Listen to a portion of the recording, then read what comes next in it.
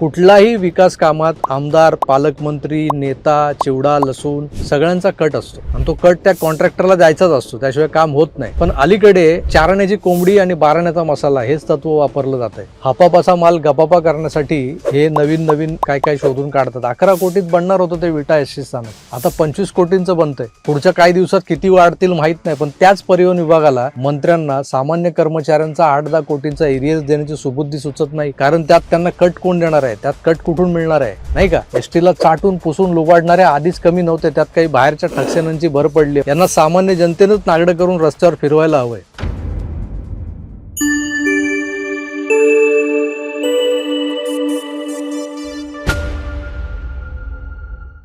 अलीकडेच आपण कोल्हापुरातल्या आजरा तालुक्यातल्या उत्तूर गावच्या एसटी स्थानकाच्या 4 कोटींच्या सरकारी टेंडरबद्दल बोललो होतो. खरं तर ते काम 80 ते 90 लाख रुपयात होण्यासारखं असताना त्यावर 4 कोटी रुपयांचा खर्च प्रस्तावित करून तो मंजूर करणं, यावर कोल्हापुरातल्या स्थानिकांनी आवाज उठवला होता. आपण यावर बोललो होतो, पण पुढे त्यावर कारवाई काय झाली, काही नाही. प्रशासन ढिम्म आहे. या ढिम्म असण्याला आपण निर्लज्जपणाचा कळसही म्हणू शकतो. कसं आहे ना मित्र, हे एका ठिकाणी सुरू आहे तर समजू शकतो आपण. पैसा खायचा ठरवला आहे, मग तो कसाही खायचा आहे. त्यामुळं हे जागोजागी दिसतंय आपल्याला जे काय घडतंय ते. सर्वसामान्य करदाते सरकारच्या तिजोरीत जो कररूपी पैसा जमा करतात, तो या बकासुरांच्या पोटापाण्यासाठीच असतो जणू काही.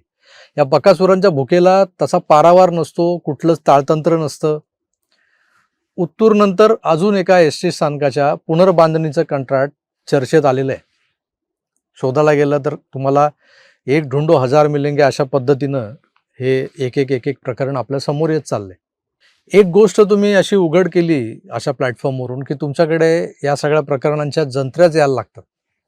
कोण देतं, कुठून देतं, सर्वसामान्य माणूसच आणून देतो त्याच्या नजरेला जे येतं, आणि ते मांडण्याचं काम आपलं असतं. तर काय झालंय, राज्य परिवहन मंडळाच्या सांगली विभागातल्या विटा बस स्थानकाचं नूतनीकरण करण्यासाठी 26/9/2024 एक कार्यादेश काढला गेला होता, मेसर्स मनन कन्स्ट्रक्शन धामणी यांच्या नावाने. सरकारनं आधी या कामाची प्रस्तावित रक्कम ठेवली होती 10,58,02,000 रुपये. पण या मनन कन्स्ट्रक्शननं 2.5% जादा दराचा स्वीकृत देकार कळवला. ह्याच्या बापाचंच आहे सगळं. जो होता 10,47,47,000 तो परिवहन विभागाच्या कार्यकारी अभियंत्यांनी मान्य करून त्यांना काम सुरू करा असे कार्यादेशही दिले. हे 2.5% कशाचे वाढले, का वाढले, स्पर्धात्मक दर काय होता, आणखीन कुणाची कंत्राट, कुणाचे टेंडर्स आले होते, ते यांच्यापेक्षा कमी होते का, हे 2.5% जास्त का दिले जात आहेत, कोणी विचारलं नाही, कोणी सांगितलं नाही. कार्यादेश निघाला, काम सुरू. हे 2.5% कशाचे वाढले, का वाढले, जे मी का विचारलं, कारण याचा खुलासा जनतेसमोर व्हायला हवा होता. कारण राज्य परिवहन मंडळाकडे जो पैसा आहे तो सरकारच्या तिजोरीतलाच पैसा आहे. काही भाग त्यात तुमच्या आमच्या टॅक्समधूनच जमा होतो, तर काही भाग आहे एसटीच्या तिकीट विक्रीतून जमा झालेला आहे. तिकीट काढतं कोण, प्रवास करतं कोण, तर तुमच्या आमच्यासारखे सर्वसामान्य लोक. मग या जनतेच्या पैशांमधून केली जाणारी कामं ही कोणत्या मापदंडानुसार केली जायला हवी, किती पैसे त्यावर खर्च केले पाहिजेत, केवढ्यात ते काम बसवलं पाहिजे, याबद्दल पारदर्शकता असायला हवी. पण विटा बसस्थानकाच्या पुनर्बांधणीसाठी पहिल्यांदा हे 2.5%चं वाढीव टेंडर, आणि नंतर अजून एक कमाल घडली, ती म्हणजे वर्तमानपत्रात एक बातमी छापून आली, विटा बस स्थानकासाठी अतिरिक्त 10 कोटींचा निधी मंजूर. स्क्रीनवरती बातमी तुम्हाला मी दाखवतोच आहे, बघत असालच तुम्ही. आधीचा जवळपास 10.84 म्हणजे 10,84,00,000 म्हणजे 11 कोटींचा निधी पकडा, तो मंजूर झालेला होता. असं असताना अतिरिक्त 10 कोटी शासनानं मंजूर केले. का केले, तर स्थानिक आमदारांनी पाठपुरावा केला. चायला हे काय कारण आहे का? आमदारांनी पाठपुरावा केला. जनतेचा पैसा असा मन मानेल तिकडे उधळण्याचा अधिकार सरकारला तरी कोणी दिलाय? संविधानात असं काही अनिर्बंध पैसा उधळण्यास मोकळीक देणारं एखादं कलम वगैरे आहे की काय? असल्यास मलाही सांगा, माझा अभ्यास कच्चा आहे तसा. इतिहास, भूगोल, नागरिकशास्त्र बोंबललेलं आहे. तर विटा बसस्थानकाच्या दुसऱ्या मजल्याच्या उभारणीसाठी म्हणे हे अतिरिक्त 10 कोटी मंजूर झालेले आहेत. म्हणजे विट्याचं हे एसटी स्थानक, हा डेपो केवढ्याला पडला महाराष्ट्राला, तर जवळपास 21 कोटींना. एका बाजूला एसटी कामगार आपल्या थकीत देण्यांसाठी सरकारकडे, परिवहन मंत्र्यांकडे आशेने पाहतोय, पण सरकारला आपल्या कर्मचाऱ्यांना त्यांच्या पगारातली वाढीव 2-4% थकीत देणी, एरियर्स वगैरे हे द्यायला पैसा नाही आहे त्यांच्याकडे. पगार द्यायला अनुदानाची वाट बघायला लागते. राज्य सरकारच्या कर्मचाऱ्यांना आता DA 60%, तर ST कर्मचाऱ्यांना आहे 53%. हा जो 60% डिफरन्स आहे तो जर द्यायचा ठरवला तर त्याचा एरियर जो आहे तो सरकारला आज 85,000 कर्मचाऱ्यांना द्यावा लागलं. दरमहा 11 ते 12 कोटी खर्च होणार आहेत. पण ते द्यायला किंवा ते देण्याची इच्छा, ती दानत सरकारची नाही. पण ग्रामीण भागात जिथं जिथं सहजासहजी लोकांच्या नजरेत येणार नाही अशी गावं हेरून 22-25 करोडची बसस्थानकं, डेपो मात्र बांधायची. टेंडर काढल्यापासून दर वर्षाला त्याचं प्राइस एस्केलेशन करत जायचं. 24ला पहिल्यांदा टेंडर निघालं, आज 26 उजाडलंय. 2 वर्षात त्याची किंमत किती वाढली माहिती आहे तुम्हाला? विट्यातल्या डेपोला आधी खर्च येणार होता 10,84,00,000, पण बघता बघता 15 कोटी रुपये खर्चही झाले त्याचे, पण तो काय बांधून तयार झाला नाही. मग आमदारांनी विशेष प्रयत्न केले आणि आणखीन 10 कोटी सरकारकडून आणले. म्हणजे एक एक डेपो बांधायला तुम्ही 25 ते 30 कोटी रुपये खर्च करू शकता.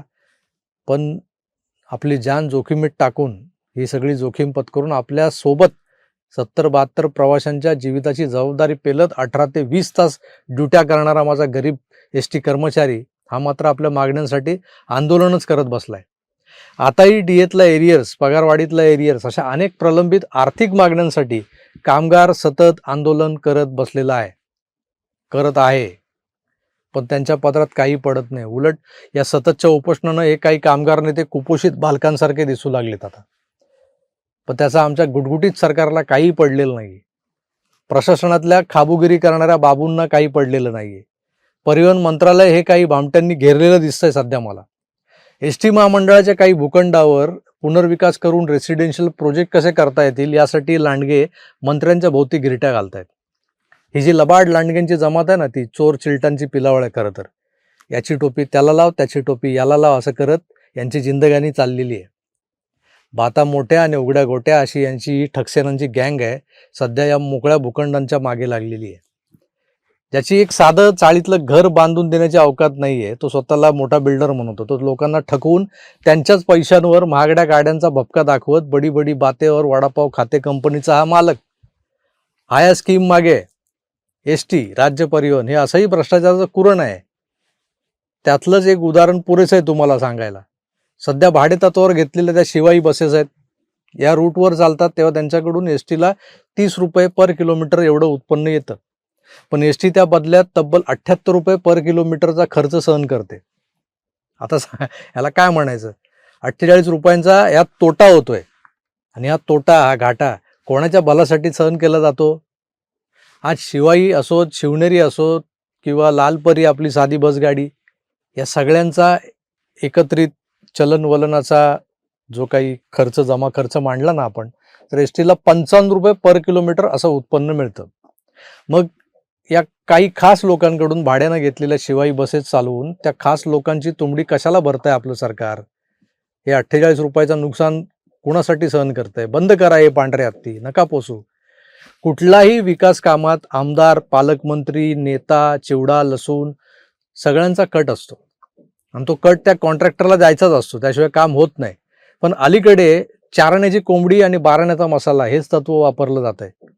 हापापाचा माल गपापा करण्यासाठी हे नवीन नवीन काय काय शोधून काढतात. 11 कोटीत बनणार होतं ते विटा ST स्थानक, आता 25 कोटींचं बनतंय. पुढच्या काही दिवसात किती वाढतील माहीत नाही. पण त्याच परिवहन विभागाला, मंत्र्यांना सामान्य कर्मचाऱ्यांचा 8-10 कोटींचा एरियर्स देण्याची सुबुद्धी सुचत नाही. कारण त्यात त्यांना कट कोण देणार आहे? त्यात कट कुठून मिळणार आहे? नाही का? STला चाटून पुसून लुबाडणाऱ्या आधीच कमी नव्हते, त्यात काही बाहेरच्या ठकसेनांची भर पडली आहे. मग अशी म्हणाल तशी 30 वर्षांच्या लीजवर असलेल्या भूखंडावर ते फ्लॅट्स बांधण्याची स्वप्न बघतायत. यांना सामान्य जनतेनंच नागडं करून रस्त्यावर फिरवायला हवंय. अनेक जण म्हणतात आपल्याला, नेपाळमध्ये जे झालं, श्रीलंकेत जे झालं, बांगलादेशात जे झालं, जो जेनजीचा जन आक्रोश वगैरे रोडवर मारून नागडं करून मंत्र्यांना मारत मारत पळवत मारलं, असंही म्हणा तुम्ही. ते तिकडे जे झालं ते इकडे भारतात होणार नाही. आमची जनता जी आहे ती सुज्ञ आहे, सुशिक्षित आहे. पण जर का या सुज्ञ जनतेला असा सतत चुना लावला जाणार असेल तर या चोर मंडळींना रस्त्यावर पळवून मारलं जातंय हे चित्र दिसायला वेळ लागणार नाही. मित्र, सरकारमध्ये अनेकविध खाती आहेत, पण या खात्याचा जो शब्दशः अर्थ लावून जे खाता म्हणजे खायलाच बसलेत, त्यांना देव सुबुद्धी देवो, खाऊन माराल एक दिवशी हो. बस कराय खाणं. आणि तो दिवस लवकरच येवो या अपेक्षेसह मला वाटतं इथेच थांबायला हवं. पुन्हा भेटूच तर आपली काळजी घ्या आणि पाहत राहा आपलं आवडतं यूट्यूब चॅनल आकार DG9. धन्यवाद. नमस्कार.